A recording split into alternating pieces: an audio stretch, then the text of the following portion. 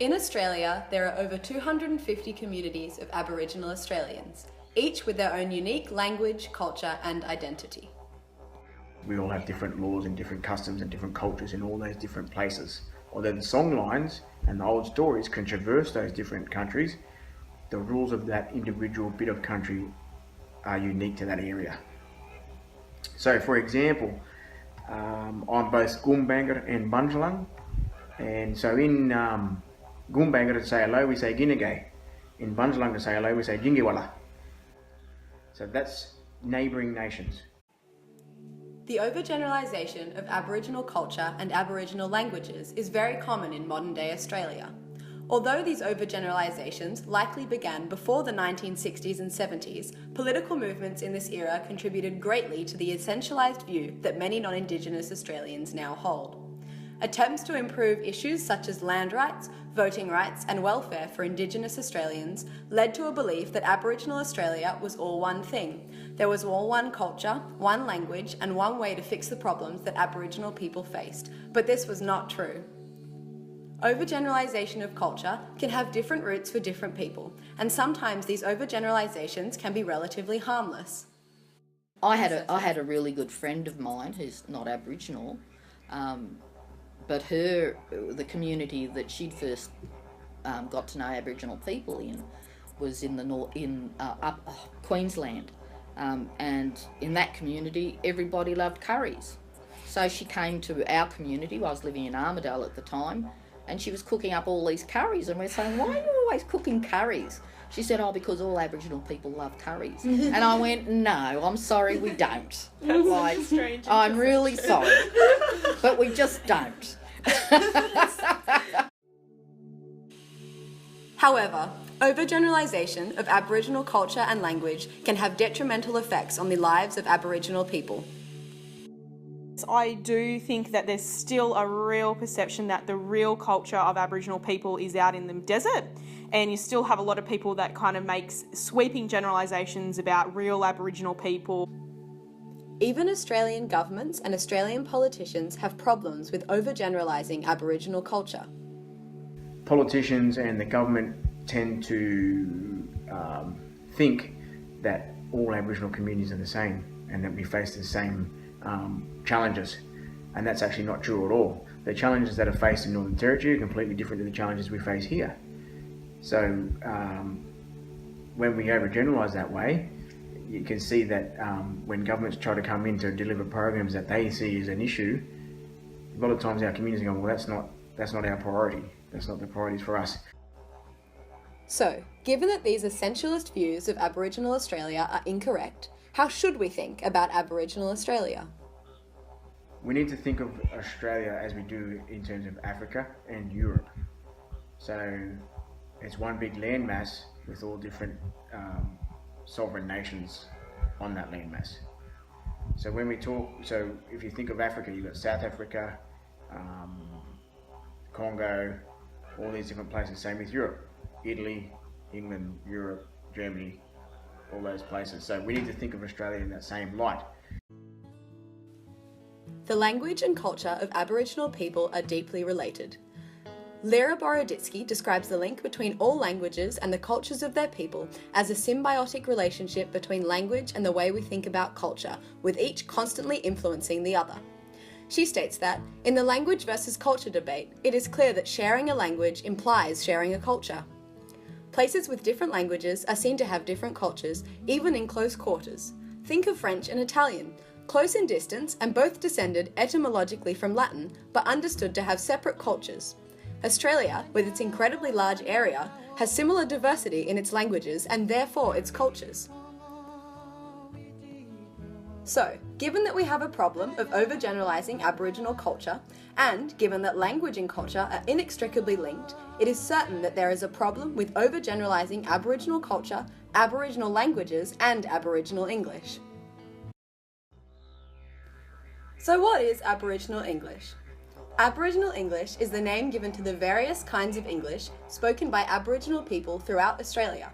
In technical terms, the language varieties are dialects of English. But the introduction of the English language to Aboriginal people is a dark mark in Australian history. I think that one of the first key issues for me in relation to Aboriginal people's use of English, it has to do historically with placement of Aboriginal people on reserves and missions, and what happened in those situations, and we're talking about from 1883 to the late 1970s. So you're talking about it influencing anywhere between 4 to 8 generations of Aboriginal people, and the English that they were taught was an English that people who ran the reserves and missions, so reserve managers and missionaries, assumed that Indigenous people were incapable of learning any languages, despite the fact that many of them spoke a multitude of Aboriginal languages. They were used to create a servant class, and hence the English that they were taught was just enough to make them understandable and to understand instructions. So how does Aboriginal English differ from other varieties of English? Some of the differences that have been noted between Aboriginal English and Standard English are that there are more pronouns in Aboriginal English, different question structures, and there are different pronunciations. A child would never ask to go to the toilet. They would say what they want to do. Now, if you translate that into standard Australian English in the classroom, and a child who's trying to work out, how to say, I want to go to the toilet, and they say to the teacher, I want to do A, they get in trouble for being rude. When actually what they're doing is using the proper grammatical format that they would use in their Aboriginal language. Unfortunately, in Australia, there is a problem with the underperformance of Indigenous students. These problems are present in a variety of different areas in the education system. In Australia, there are lower attendance rates for Indigenous students, and these attendance issues are especially problematic in remote areas of Australia. Even for children who are attending school, there are problems with literacy, as highlighted by the gaps in standardised testing such as NAPLAN. I really truly believe that, unfortunately, our Western system of education is already going against our kids. There is a real perception there that all students can perform the same and to the same standard. We know that that's not the case. We know that kids are going from primary school into high school, and there's massive gaps. Whilst there are many factors contributing to the underperformance of Indigenous students, it is likely that the over-generalization of Aboriginal culture and language is contributing to these issues.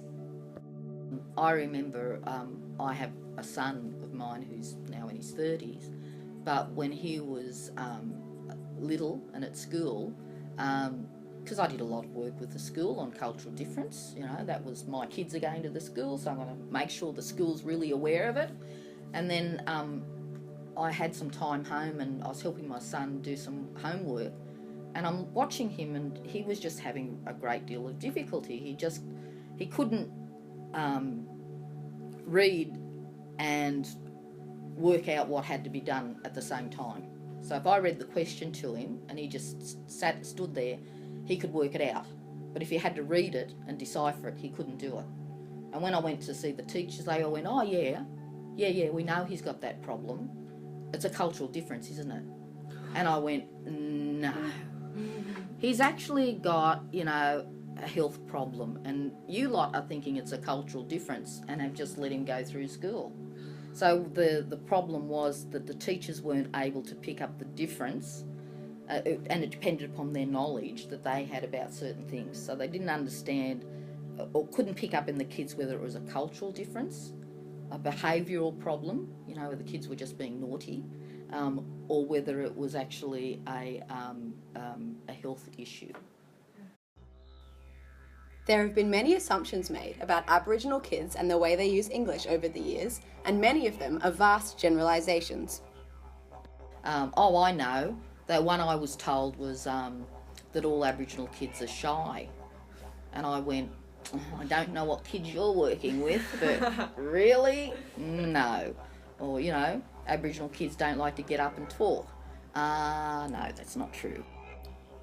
Because Aboriginal English and school English are so different, Often, many kids require code switching to get along at school. This means that they are switching from their home English to school English as they move between these environments throughout the day. So, there needs to be a change in the way we view Aboriginal English in relation to standard English or school English. Yeah, and instead of picking that up and saying, how smart are these kids that they can code switch at this early age, instead what people are doing, and because they don't see the code switching occurring, they actually observe them and go, oh, what a shame they can't speak proper English. So how can we attempt to ameliorate the problems that these Indigenous kids are facing in the schooling system?